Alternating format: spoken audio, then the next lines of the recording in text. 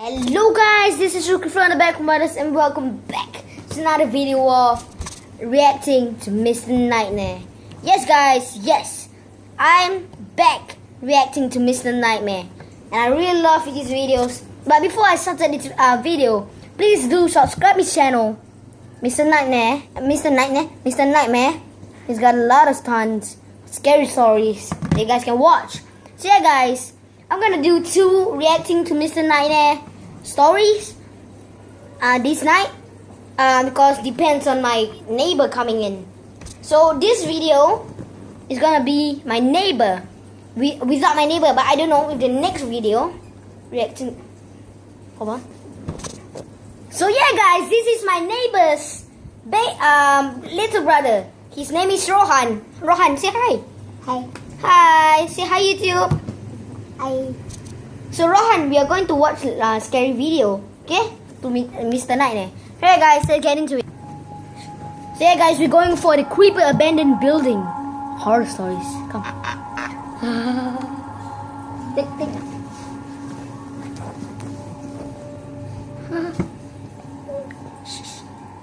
Don't have time watch. ago, Only I he only. briefly lived with my good friend Ben on a quiet street in Northville, Michigan, perhaps notable for being close to Detroit.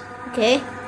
It wasn't the nicest house, or block, or area for that matter, but Abandoned. the price was unbeatable for 2 broke young men like ourselves. Ben and I went way back to when we were like 9 years old, and at the time of this story, we worked the same job, and rooming together with him seemed like a great idea.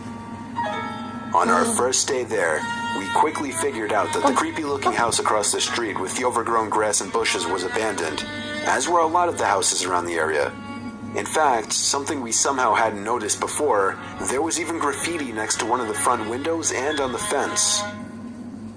Our neighbors on one side seemed like creeps, and we didn't even want to approach them.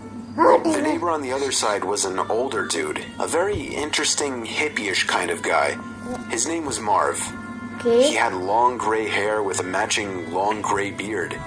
He seemed friendly at first, I guess, but also very weird and hard to talk to. We spoke with him on our second day there after work. He told us the place had been abandoned for as long as he could remember. That night, with the sun So almost it's abandoned set, for a long time, while guys. we were sitting on the front stoop smoking, Come. I looked to the house across the street and felt a little tingle in my stomach out of shock. I stood up, threw my cigarette onto the floor and crushed it. Ben looked at me confused, and I pointed to the window across the street. I was pointing at a face, which I saw staring at me through Yo guys. Yo. the lone upstairs window of the house. Yo. Do you see that? There's someone at that window. Ben looks at the window immediately, but I saw the person move their head away before he could see it. It's weird. I explained to Ben that I didn't even know if it was a male or female, old or young. The glass was just too foggy. All I knew was that I saw the eyes, and they were staring at us. Ben told me I was legitimately creeping him out. He believed me. We ran over to Marv's house to tell him, but strangely he didn't answer his door, even though we saw him watching TV in his tiny, messy living room through the window. The fact that the guy wouldn't answer creeped us out even more. Dude, what the creepy, fuck is guys. going on Super with this creepy. place? Ben laughed, but the situation couldn't stay comical for long. Ben owned a katana. He brought it to mention and suggested we go across the street with it, break into the house from the backyard, and see what was going on. We were always adventurous, daring troublemakers as kids, so this was our natural response to the situation. When it got dark, we went across the street to the backyard, broke off the board holding the back door shut, and entered the house. We both had heavy-duty flashlights with us to light up basically any room we were in. The house was dusty, decrepit, but surprisingly seemed to Yo. remain untouched from the inside. I'm No scared, graffiti guys. or signs of vandalism anywhere. Still, the place was disturbingly creepy, and we immediately joked that we should get the fuck out of there. But we Yeah. pressed on. The first floor was pathetically small, like our own. A kitchen, a tiny living room, and a dining room. There was no basement and one closet. The first floor was clear. We both agreed to check the upstairs. We tiptoed over to the stairs, and Ben, out of nowhere, screamed, "Is anybody up there?" "Dude, why the fuck would you do that?" I said quietly. Then we both froze in fear when we heard rapid stomping suddenly appear from above us. Whoa. It was someone heavy, and it sounded like they were running over to the stairway. I literally felt like my heart stopped. Ben, the one with the katana, was the first to flee, grabbing my arm and tugging me with him. We went out the way we entered and ran back to the house, where we saw Marv just standing by his window, watching us. Yo. We didn't know what to do. He just intently stared at us as we froze to catch our breath in front of the house. We went inside, decided not to call the police, and moved out literally the next day. We explained to the landlord that the location was just too inconvenient for us, and we needed to leave ASAP. We drove away from that house and never looked back. Man, that was scary. Story 2. Alright. So there are a couple of abandoned dorms on my college campus. They were shut down like 15 years ago because of... Actually, I don't really know why. Anyway, they're abandoned. It's rumored that they'll be renovated at some point, but that'll probably never happen. Naturally, it's also rumored that they're haunted. Coach, isn't it? The school has the windows boarded up to prevent students from going in there. Because I fancy myself an urban explorer who isn't afraid of getting into any trouble, I decided about a week ago that I was going to break in and take a look around. Cut to last night. I didn't really have a plan per se, other than wear black and avoid getting caught.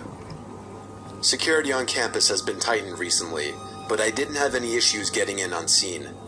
I'll spare you the details, but basically, you'd be surprised what you could do with a crowbar and some vandalism. I ended up crawling in through a first-floor window. I found myself in an empty dorm room, illuminated only by my phone's flashlight. Now, one of the rumors is that the basement is haunted, so that's where I decided to go first. I knew it. At the time, I thought I was some ballsy explorer, but I can't even express how thoroughly scared shitless I was. This building was dark, old, and smelled weird, and I thought that at any moment, something would come around the corner and tear me apart. It didn't help that my phone battery was being sucked dry by the flashlight app, so I was forced to use it very conservatively. Foresight is not my forte. Anyway, the basement. There wasn't any alleged faceless man ghost, or at least not that I saw, but this is where shit starts to get weird. Let me just set the scene.